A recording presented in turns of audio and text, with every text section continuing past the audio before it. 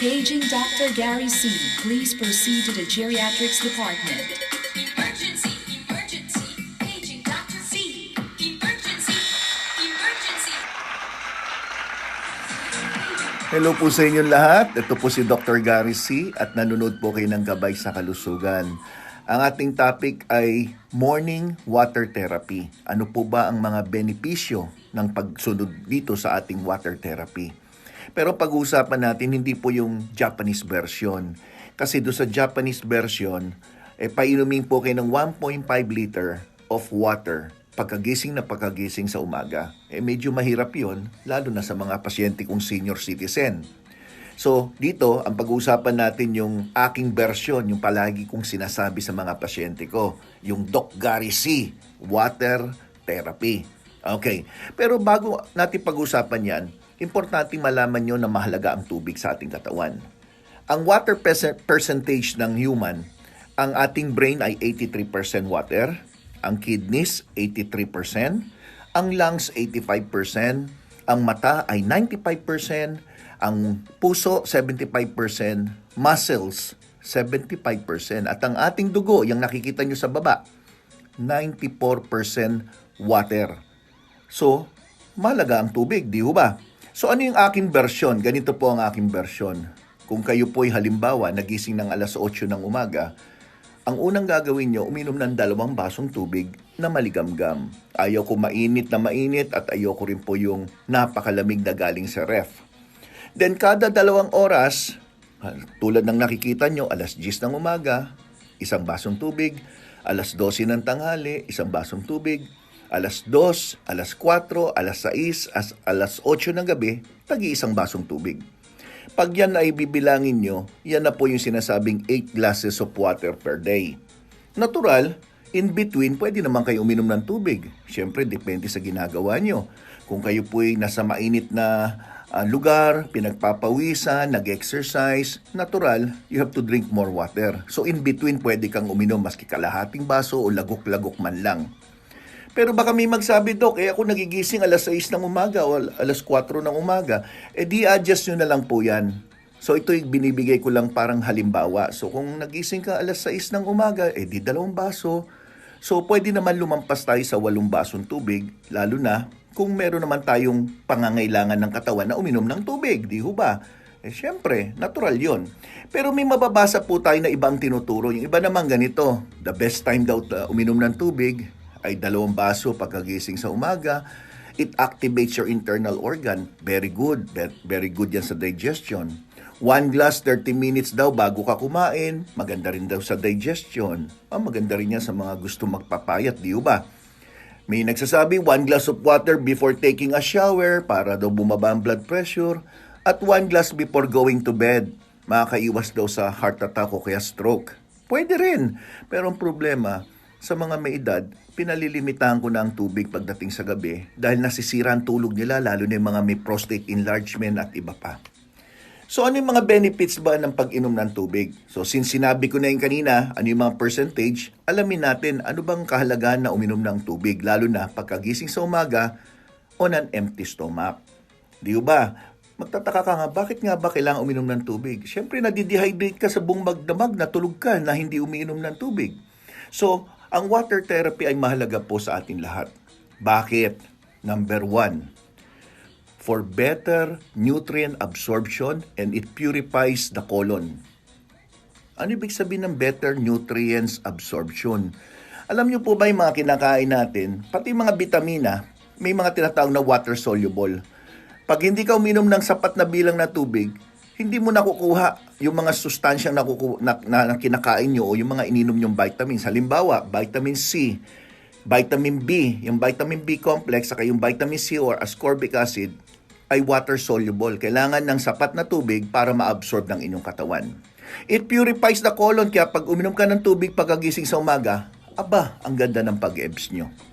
Number 2, it boosts your metabolism. So yung normal na paggana ng inyong sistema ng katawan ay inaayos niya. So nakakatulong to for weight reduction. Lalo na pag kayo po ay iinom ng tubig bago kumain, may feeling of fullness. So pag sinabing metabolism, normal na paggana ng stomach nyo, ng pancreas nyo, ng gallbladder, ng atay nyo. Lahat yan ay mahalaga for better metabolism o paggalaw o paggana ng ating katawan. Lahat ng internal organ, even the heart, di ba? So, Dok, tumataba ako. Kulang ka yata sa tubig pwedeng ganon. Then it hydrates you and your cellular level. Since nabanggit ko kanina yung percentage ng tubig sa ating mga internal organ, kung kulang po tayo sa tubig o dehydrated, ano ba mangyayari? Lahat yan hihina.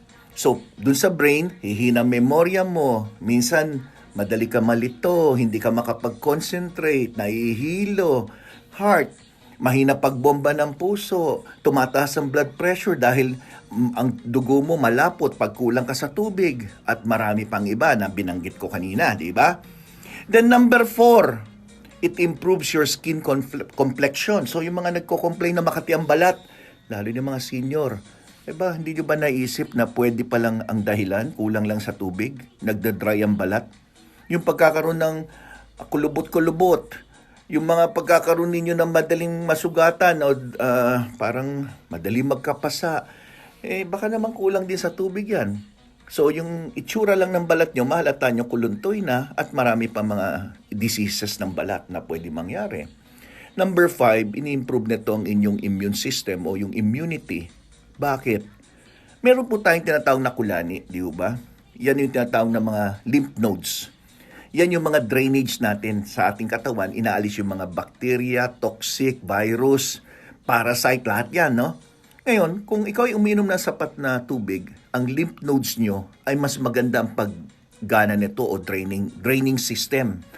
So, chances, hindi ka magkakasakit at mabilis ka makarecover sa sakit. Hindi ba kayo nagtataka, may trangkaso, uminom na maraming tubig, may ubo, uminom na maraming tubig. Lahat yan is for healing. Number 6, tumutulong yan na maiwasan na magkaroon ka ng kidney stone. Pag kayo po'y kulang sa tubig, chances ang inyong urine ay masyadong concentrated. Pag ito'y concentrated, pwede ka maging stone former. Ibig sabihin, nagbubuo. So, pag inom ng maraming tubig sa mga tao mataas ang uric acid, importante para hindi ka magkaroon ng uric acid stone. Di ba sinasabi din pag may UTI, uminom ng maraming tubig? So, linilinis nito ang ating kidney, daanan ng ihi, winawash lahat ng mga bakterya sa pamamagitan ng pag-ihi. Yan po ang reason nun. Number 7. Abay, Doc, bakit gano'n? Parang ang buhok ko nagda-dry. Walang sigla tingnan. Parang hindi humahaba agad. Isa pala yung pag-inom ng tubig because all the nutrients na kailangan nyo for a healthy hair ay nanggagaling din sa inyong kinakain. Yung sa kinakain nyo, mga sustansya na mahalaga para sa ating healthy hair, skin, and nails. It improves digestion at nawawala ang mga pagka-bloated or kabag.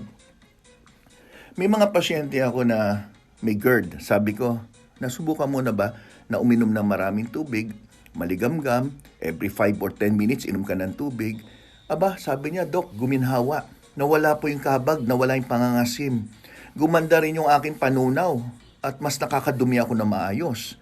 Sa pag-inom pa lang ng tubig yan. So marami akong mga pasyente, sabi ko, minsan yung sakit nyo baka kulang lang sa tubig. At ito po ang isang magandang halimbawa, yung hindi makadumi, yung palagi nangangasim o kinakabag. Subukan nyo po yung sinasabi ko. Then number 9, yung mga joint pain, muscle pain, pwede rin dahil lang sa kulang sa tubig. Bakit? Yung inyong mga kalamnan parang naninigas, nagkakaroon ng stiffness. Alam nyo ba yung sinasabing mga grasa ng buto? Kailangan din ng sapat na bilang ng tubig. Yung tinatawag natin na parang lubricant ng mga tuhod, ng mga joints, kailangan ng maraming tubig. So by drinking enough water, sapat na tubig, ay maaring na-lessen yung mga joint pain and muscle pain nyo. Pati yung pamumulikat, may kinalaman po yan sa kakulangan din ng tubig because of poor blood flow. Nagiging malapot ang inyong dugo pag kulang kayo sa tubig at yun na nagkukos ng muscle pain or pamumulikat. Number 10, supports your heart. Siyempre, understood na yun, di ba? Kung kulang ka sa tubig, yung unang-unang mangyayari, malapot dugo nyo. Pag malapot ang dugo nyo, mahirapan ang puso nyo bumomba para ikalat ang dugo sa buong katawan.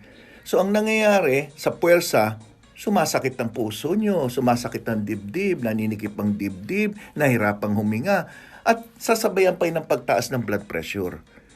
At ang chances na magkaroon ka ng heart attack, mas mataas sa taong mahina uminom ng tubig kaysa regular na uminom ng tubig.